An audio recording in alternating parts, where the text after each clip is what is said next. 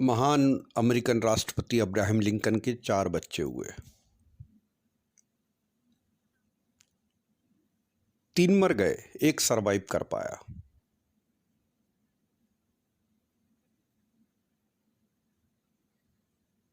आज यदि Abraham Lincoln के 4 बच्चे होते तो मैं दावे से कह सकता हूं कि विज्ञान, मेडिकल साइंस उन चारों को बचा ले जाता। कुछ कीमत जरूर लगती, लेकिन चारों बच जाते, चारों सरवाइव करते।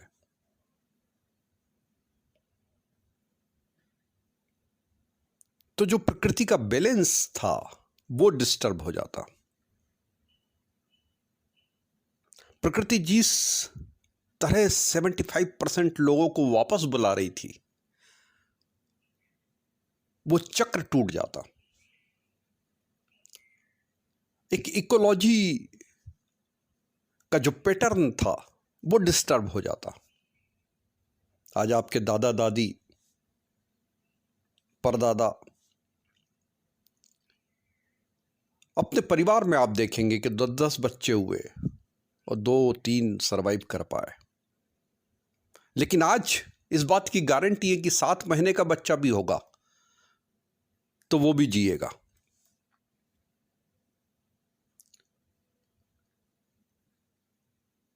और 4 महीने के बच्चे को यदि किसी प्रकार की कोई बीमारी हो गई और 25 करोड़ का इंजेक्शन लगना है तो उसे भी बचा के ले जाएंगे।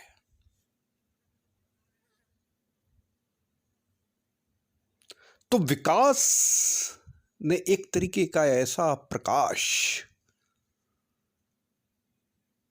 क्रिएट कर दिया है कि आपकी आंखों के सामने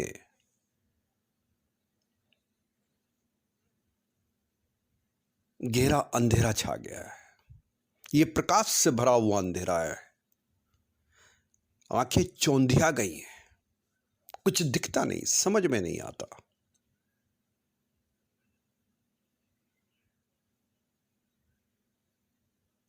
बड़े निराले नियम थे प्रकृति के कि कोई भी जानवर अपनी प्रजाति के, अपने स्वजाति बंधुओं को नहीं खाता था, आज भी नहीं खाता है।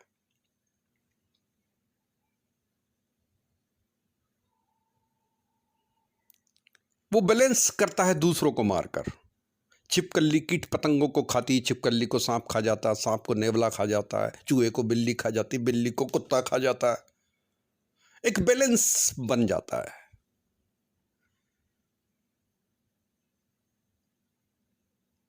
लेकिन केवल आदमी ऐसा है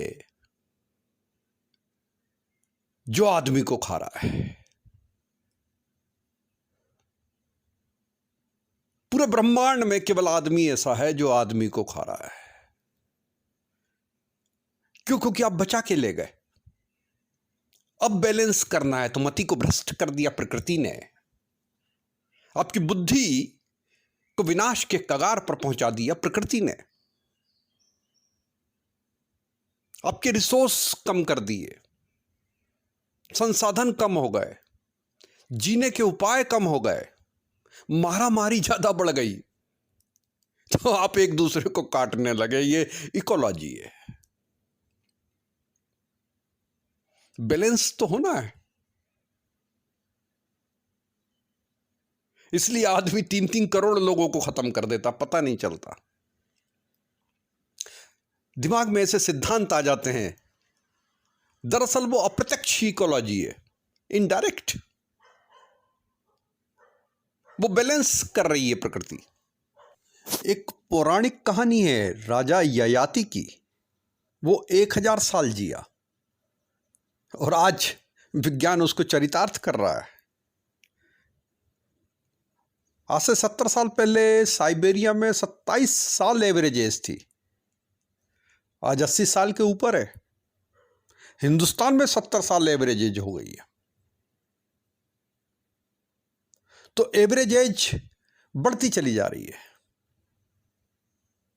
और जितनी एवरेज एज बढ़ती जा रही है उतने ज्यादा उपद्रव खड़े होते चले जा रहे हैं। आज किसी भी सरकार से आप पूछ लीजिए, वो जवानों से परेशान नहीं है, नौजवानों से परेशान नहीं है, वो रिटायर्ड हो गए ब्यूरोक्रेट्स से, दीगर वृद्धों से परेशान है, क्योंकि खाली बैठे हैं। 100 साल जीना है, 125 साल जीना है, लेकिन काम नहीं है। रिटायर्ड 60 साल में हो गए, तो डायरेक्ट कर रहे हैं, निर्देशित कर रहे हैं, अपने अनुभव का उपयोग कर रहे हैं, तो सरकारें चलने में बेचैनी महसूस कर रही हैं। लेकिन ये लोग 1000 साल भी जिएंगे, हर आदमी एक ययाति बनेगा, गारंटी है। जिस दिन एवरेज एज 130 साल हो जाएगी, जो हो ही जाना है, उस दिन इस धरती पर 3000 करोड़ लोग होंगे। मेरी बात लिख लीजिए आप। अभी 3000 करोड़ लोगों के लिए इस धरती पर रहने की गुंजाइश नहीं होगी, तो आदमी आदमी को मारेगा, बैलेंस करेगा।